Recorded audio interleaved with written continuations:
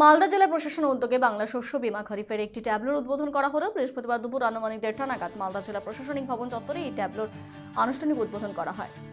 উদ্বোধন করেন মালদা জেলা পরিষদের সভাধিপতি দীপিকা বর্মন ঘোষ। এই বিমান অধীনে কৃষকরা কি কি সুযোগ সুবিধা পাবে বিস্তারিতভাবে তুলে ধরা হয়েছে এই ট্যাবলোতে। গ্রামগঞ্জে ঘুরে ঘুরে কৃষকদের সচেতন করবে এই ট্যাবলো বলে জানিয়েছেন মালদা জেলা পরিষদের সভাধিপতি দীপিকা বর্মন ঘোষ।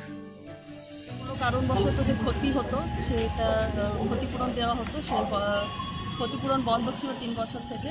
পুনরায় চালু হলো বাংলা শস্য বীমা থেকে তারা অ্যাপ্লাই করতে পারবে এবং এইটা আমাদের ব্লকে চালিয়েছে 1, 2, 3 মানিকচক, হরিশ্চন্দ্রপুর 1, 2, বতুয়া 1, 2 এবং চাঁচল 1, 2 এ এই ট্যাবলোর মাধ্যমে প্রচার বেরিয়েছে। পাট চাষিদের যে কোনো কারণবশত যে ক্ষতি হতো বাংলা শস্য বীমা আর এই খারিফ মৌসুমে পশ্চিমবঙ্গের রিক্সের জ্যাম, জেলি, আচার এবং আরও অন্যান্য প্রোডাক্ট অনেকদিন থেকেই আপনাদের চাহিদা মিটিয়ে আসছে। এবার নতুন সংযোজন সয়া বড়ি, healthy and tasty, immunity building, nutrients, স্বাস্থ্যকর এবং সুস্বাদু। আমাদের ঠিকানা রিক্স পোদ্দার অ্যান্ড ফুড প্রোডাক্ট, চকচকা ইন্ডাস্ট্রিয়াল কমপ্লেক্স, কোচবিহার।